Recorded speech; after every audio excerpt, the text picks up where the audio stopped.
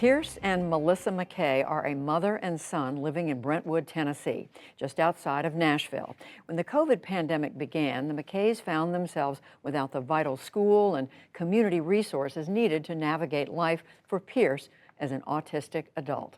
Tonight, they share their brief but spectacular take on adapting to new challenges while living with autism. My name is Pierce McKay, and I'm 24 years old, and I'm autistic.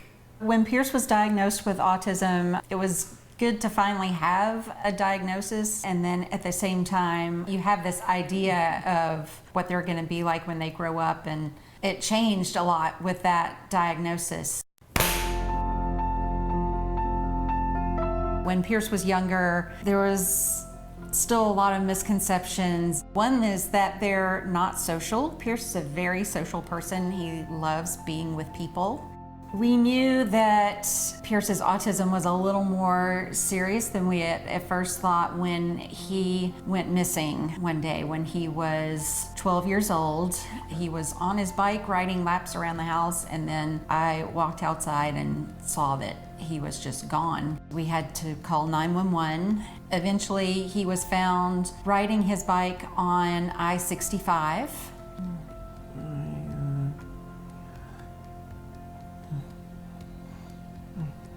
It's okay. Were you thinking about being on your bike?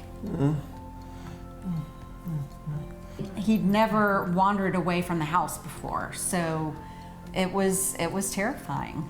In 2020, Pierce was finishing the transition program at Brentwood High School, working on life skills, and had gotten him into a job. I cleaned the tables in Williamson Medical Center. What other jobs did you do when you were at Brentwood High School? I worked at PetSmart. Where else did you work? I worked at TJ Maxx. I worked on shoes. I worked on Tuesday, Thursday, and Friday. What do you do with the shoes? It's in bins.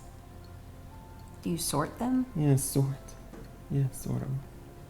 March of 2020 rolled around and school shut down, and he had to quit his job. So suddenly he has nowhere to go, nothing to do all day. He's sitting at home. His routine is completely interrupted, and we didn't know how to find him a job without that school resource. And so we looked into government programs, and they were suffering from the pandemic too.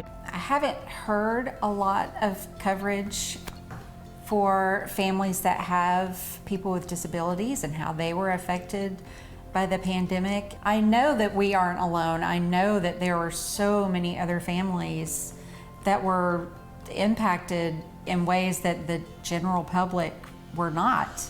I hope that Pierce is able to stay in a steady job and be able to live in maybe a group situation with some roommates. It would be great if he was able to gain a little more independence. My name is Melissa McKay. And my name is Pierce McKay. And this is our brief but spectacular take on living with autism. Wow, Pierce McKay, we are so proud of you and proud of your mom, Melissa. Thank you for sharing your story with us, and we hope we all learn lessons from what happened. And we can watch more brief but spectacular videos online at pbs.org/newshour/brief. And be sure